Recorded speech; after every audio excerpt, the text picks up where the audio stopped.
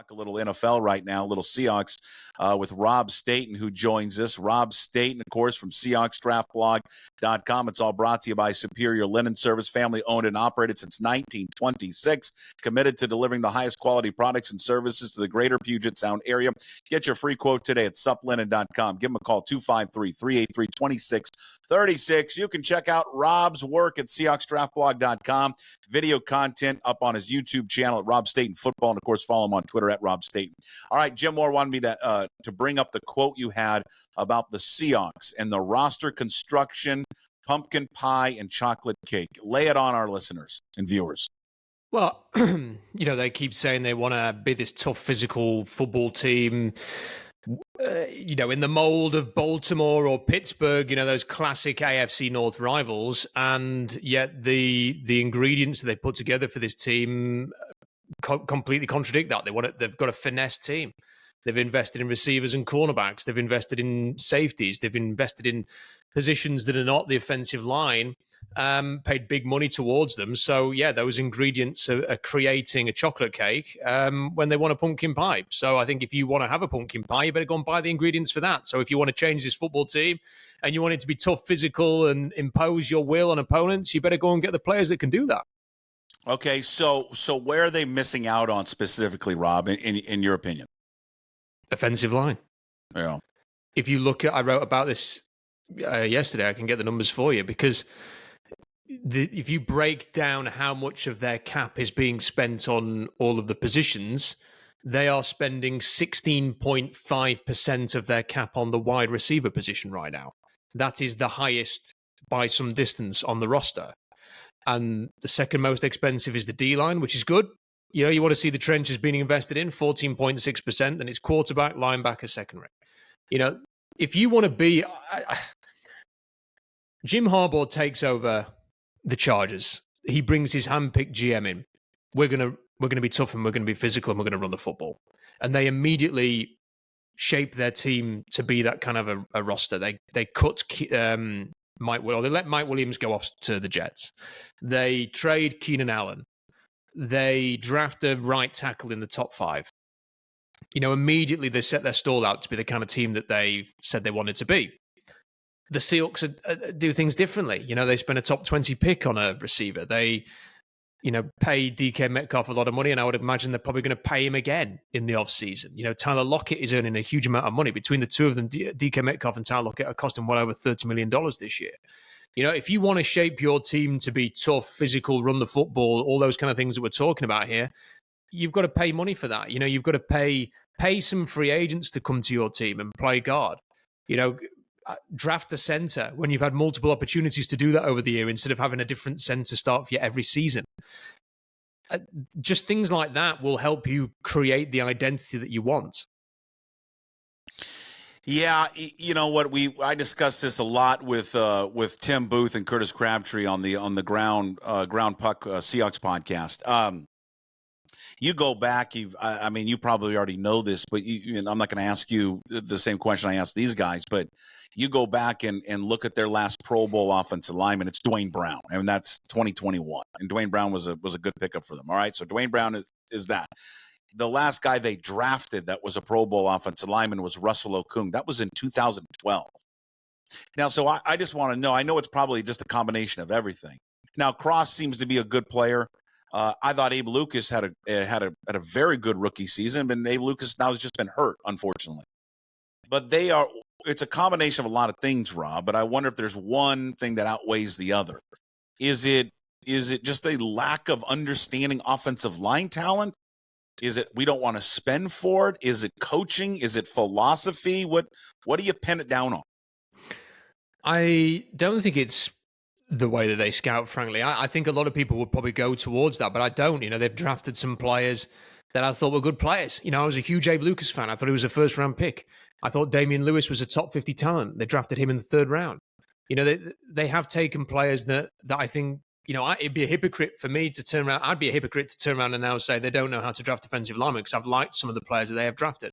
I think part of the problem is that, simply drafting one or two players and filling in the gaps with a veteran here and a veteran there, let's go and get Laken Tomlinson. and paying peanuts to come in. Let's just sort of see what happens in round 3 and we'll take somebody there and we'll plug them in. Or, Oluwatimi's okay. We'll give him a try and we'll bring Nick Harris back. And then, that's not work. So we'll go and sign a player who's coming off a very bad knee injury and hope that he can work things out. I just think you've got to be more proactive than that. This is a team that proactively spent 2 first-round picks and a third and then paid Jamal Adams.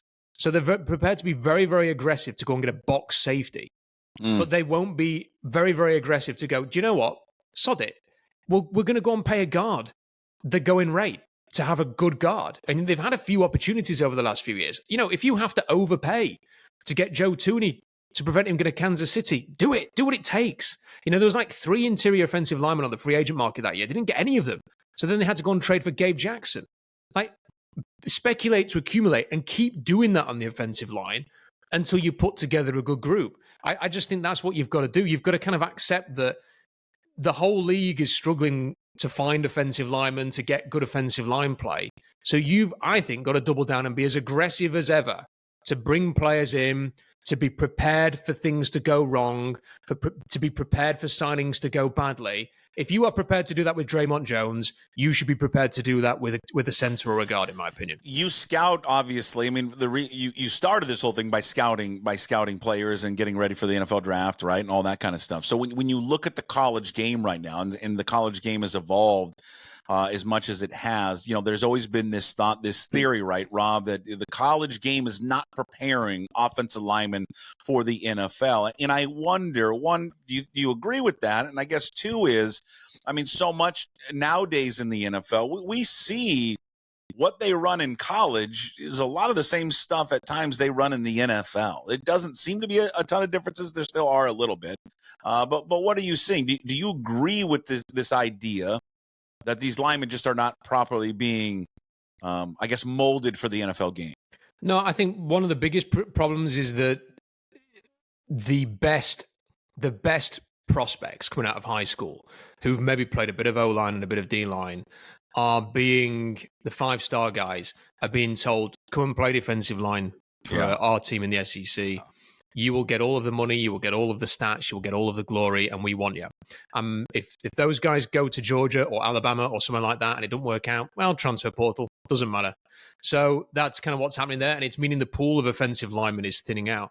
I think the other problem is that just teams in general, I've done it myself. Like, you watch Alabama, LSU, Georgia, you see these big guys, who look the part and have done a very good job in college, and a lot of those guys don't work out in the NFL. Evan Neal's a good example with the Giants.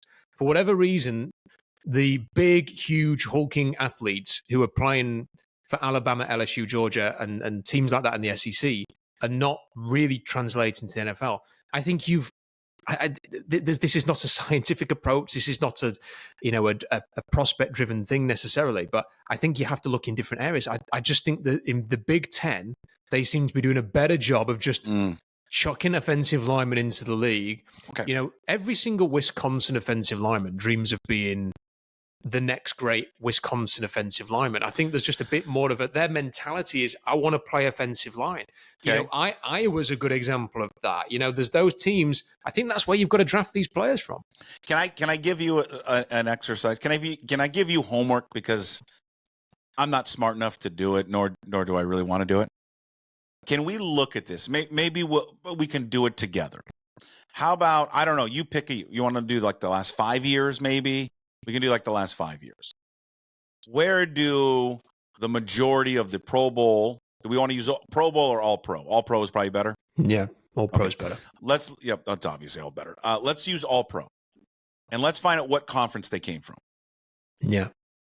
Let's look at that, because I just want to know. I want to know if it says, if there's any, like, no, the majority of these guys come from the Big Ten. So, or whatever. I don't know. Maybe there's an explanation that way. Yeah, well, I'm looking at PFF's top interior linemen at the minute, and the top one is from Iowa, the second one's from Notre Dame, Boston College, Tennessee, Wisconsin. It's a mix. It's a mix, but I just think that the more I've watched these guys, like it's not a great offensive line draft coming up, but the guys that I'm looking at here, sort of my top guards. There is one from Alabama, there's one from Ohio State, but then you've got a Wisconsin, you've got an Iowa, you've got a Texas, you've got a Georgia, you've got an Oregon, and there's a few other Iowa guys in there. I just think that maybe just go for that, just try that, and then invest some money in some of these players that are becoming free agents, or maybe you've got to do some trades. I think you've just got to do everything. You leave no stone unturned. But what you can't do is go into every offseason doing the same thing. Like, I think it goes beyond the offensive line. But, this team right now is not as close as I thought, maybe as you thought, maybe as some other people thought. I think especially as close as John Schneider thought. I don't think the makeup of this team right now is close. And I think they've got to be honest about that. I cannot imagine a Geno Smith to DK Metcalf winning the touchdown throw.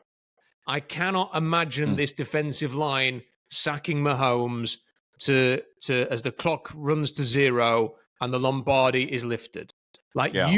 We have to be honest. This is a team that under Carroll for the last 2 years was very capable of winning 8 or 9 games and did. Right.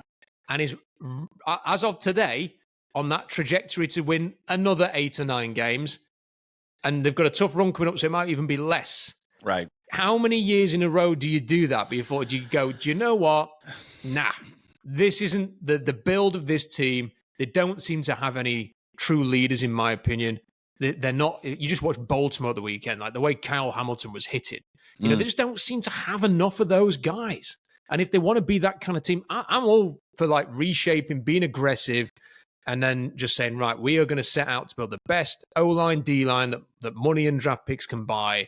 They've got to get a different. Geno Smith is not the problem, but he's not going to be the answer either. It's kind of been my opinion all along. They've got to find a young quarterback to play behind these lines. And until they do these things, they're going to keep being the kind of team that we've seen for the last 3 years. Yeah, I mean, I agree with you. I mean, I think it's weird that you brought that up. It was it was a hypothetical or a scenario that Garofolo brought up to me weeks ago. Just we were talking about quarterbacks and envisioning playing in the Super Bowl, and he was just like, close your eyes. If you can close your eyes and imagine you're in Super Bowl media day. Can you close your eyes and look up and see Geno Smith up on the rafters? Where they hang up the people. And I'm like, no. And that's not to say that he's not a good quarterback. I think he is a good quarterback. But I mean, again, I don't think it's Super Bowl caliber. I don't know though, and I think right now it's a little bit unfair to him because this offensive line is just so many issues with it, and I can't imagine him dropping back every time because I don't have enough time to throw. I don't know if I can get to my second, third guy in the progression because I don't know if I'm going to get hit because Stone Forsythe is whiffed on a guy or Tomlinson's whiffed on a guy or Anthony Bradford's whiffed on a guy. And I think you become gun shy. And I think you rip it right away. You rip it. And I think you make mistakes. And I think that's what has happened to him. I guess what I don't understand about Schneider, I'd love if we just sat and talked to him and go, when you went to back-to-back Super Bowls, do you remember how much money you spent on that offensive line? Yeah, it was the most expensive one, yeah. Do you remember that? And I know that they could do it because of the quarterback. But do you remember that? That should give you every indication. I mean, there's other, factors into it, but that was a big part of it because you spent on your offensive line. That offensive line was really, really good. And why when you look back and see how much money you spent on it, now you look where you're at in the last 10 years, why not change philosophies? I'd love to hear his answer to that. Yeah, no, I agree with that. Look, it's a hard conversation to have because Geno Smith is not the reason why the Seahawks have lost 3 games. He contributed like a few people did against San Francisco, and I suppose to an extent against the Giants as well. But it's hard because it is the most important position, and I think sort of the thing that I've kind of reined in on this week is that what are the Seahawks lacking? I'm afraid, Puck, the answer when I thought of that was, well, they haven't got a Chris Jones or a Nick Bosa, who were the 2 game-changing defensive linemen in the last Super Bowl. Yeah. They don't have a great offensive line, and they don't have that quarterback that, like you just said, you can imagine them going deep into it. And there aren't many of those quarterbacks. I get it. It's not saying, hey, just go and draft the one that's available next year. It's not. It doesn't work like that. There are only like a few. Mahomes, Allen, Lamar Jackson, Joe Burrow, Stafford. There's probably a couple I'm forgetting. Maybe Jaden Daniels will emerge to be one of those players. There are not many of them, but what are we talking about here? We're talking about the Seahawks getting into a Super Bowl. That has to be the ultimate goal within the next few years. That's what every team should be using as a goal. How do you get there? The answer to getting there for me is not to just keep on with the roster in its current makeup and think that, hey, just one more draft and we'll get them. I don't think they're on the right path. I don't think their identity is muddled. They are not playing consistent football. The defense stinks. The O-line stinks. I think you've got to be honest about that. And people don't like it. People go, hey, what are you doing? It's 6 games. You can already tell this team doesn't feel like it's going to go to the Super Bowl or go on a playoff run or anything like that. You've got guys sulking on the sidelines. I keep thinking back to the quotes from KJ Wright last year where they were going, who's a leader in the team? And he's going, and they're going, is Geno a leader? And he's like, no. Is this guy a leader? He's like, no. And he says, well, who is a leader? And he goes, Jaron Reed might be. And that's it. It kind of speaks to it. The makeup of this team right now, it's got some good players. It's got some players who've got physical potential to be great. It hasn't got what you need to be a Super Bowl team. Excuse me. I picked the wrong week to give up smoking right there. Kidding. I don't smoke. What did you make of the Tyler Lockett comments? It was interesting. It was like a slow play on this one, right? Because this was post game, and it took a few days for it to kind of come out finally. And maybe it just it gets buried in there, and you have to go back and watch it and listen to it and see it. And I think he does it so quickly, right? It's almost a throwaway comment. In answering a longer answer to a question. But for people who don't know, Tyler Lockett was talking about a lot of the pre-snap penalties, which they are just guilty of, like every single week, pre-snap penalties.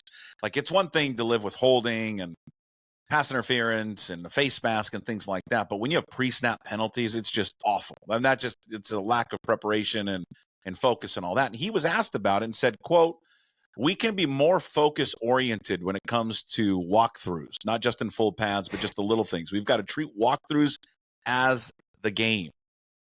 Like that's concerning.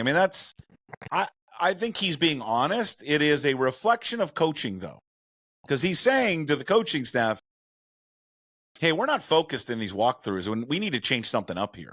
Now, the responsibility's got to be on the players as well. They're professionals, but it's also causing an issue here with coaching, and I wonder they spent this kind of, I guess not mini buy, but a little bit of a mini buy. I wonder if maybe reflecting back and changing some things up here from Mike Macdonald. I felt all along with Mike Macdonald, Rob. I don't know if you agree with this. I think there were going to be some growing pains in year one, and I think we got spoiled with the 3-0 start. Yeah, I think some growing pains were inevitable from the whole staff because they were all inexperienced. The OC's never done it before, the DC's never done it before, the special teams coordinator's never done it before. Right. It was everybody was new. Leslie Frazier was brought in to help them, but it's clearly not been enough to avoid some of the mistakes. I think there's definitely some of that. The coaching has been a bit of an issue. I also think, look, it speaks to where the Seahawks are. It speaks to leadership again. Like often in these kind of situations, you need the players to police themselves. Like if that walkthrough is not being taken seriously, you need one of the players to turn around and go, listen, get your head in the game here. We've got to take this seriously. And who's doing that? They just traded for a guy from Jacksonville and everyone's kind of nodding along and finding those 3 clips where he might have done well, on the field. I think they brought him in because maybe because of his character. Because some of these guys, some of the guys who've been playing on the D-line have been crap. And I think they're bringing him in for that as well. But I think they want a grown man who's going to come in there and maybe sort of crack a few heads, really, maybe join some of these practices and be sort of that figurehead who's been a big character guy. Because I don't think they've got enough of that. They've not got enough guys who are just going to keep the standards high. And I think coaching has been an issue. Growing pains, yes. Did I expect more from Mike Macdonald and his defense? Yes. Has the offense been very streaky, stroke confusing? Yes. Really, I think the Detroit game has gone from being a massive positive for the offense now to maybe thinking maybe that spoke more about Detroit because they had basically like a couple of quarters against Miami where the offense just stopped working. Mm-hmm. They had a whole half against Denver where it didn't work. There was the New England game where they relied on Geno Smith dragging them out of a hole in that game. The Giants game, the offense wasn't very good, and the San Francisco game, the offense wasn't very good. So now what have we got here? We've got the Detroit game and a bunch of not much else. So I really need to see something this week. I think this is a big game, Puck. If this unravels even more against Atlanta, that'd be concerning. If they come roaring back and win the game, then fine. But my whole thought since that Niners game was the Niners are better than the Seahawks. They've got their number in a way that the Rams and the Cardinals are not in that same place with the San Francisco 49ers. And until you change the makeup of this team, both mental, physically, and the where you are spending your money, I don't think we're going to see the kind of change that people want to see. Yeah. I think you go back to the guy from Jacksonville. God, now I'm blanking on his name, and I love saying his name. Hold on. Roy, what's his name? Roy Robertson Harris. Yeah, hold on, because you have to say it in a certain way. But now I can't remember I can't remember his name now. Son of a gun! What's the guy they just signed? Roy Robertson Harris. Roy Robertson Harris. Is that what it is? Yeah. Okay. Yeah. Now you have to say it in a Southern accent though, because I'm convinced that he's a Southern lawyer from Atlanta.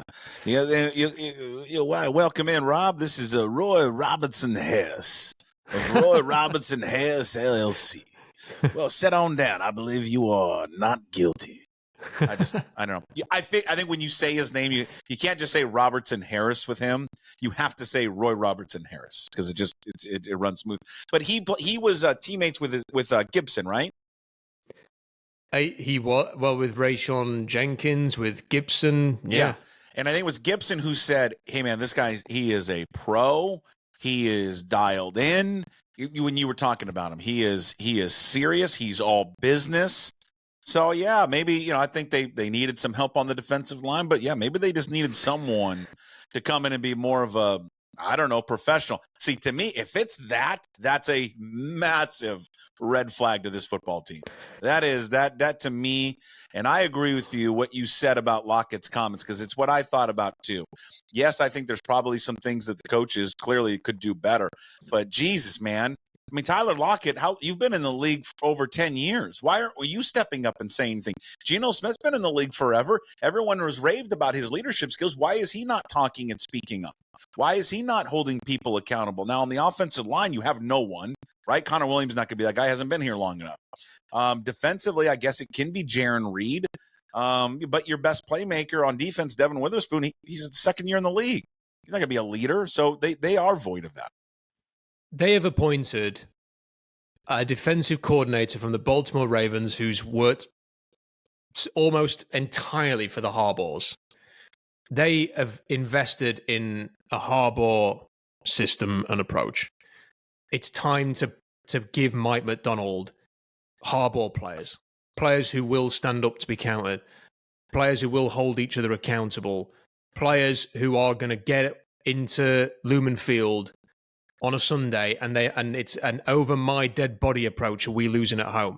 I mean, that's the other thing. The home record stinks. Yeah, that's surprising.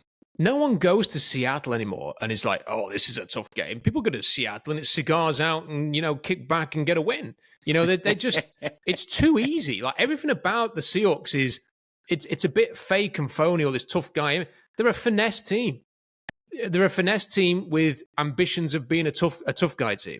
So change it. The only way you can change it is by being honest about that and changing it this offseason. And my biggest concern, Puck, I have to say, I'm not anti-John Schneider. I think John Schneider's a very good GM.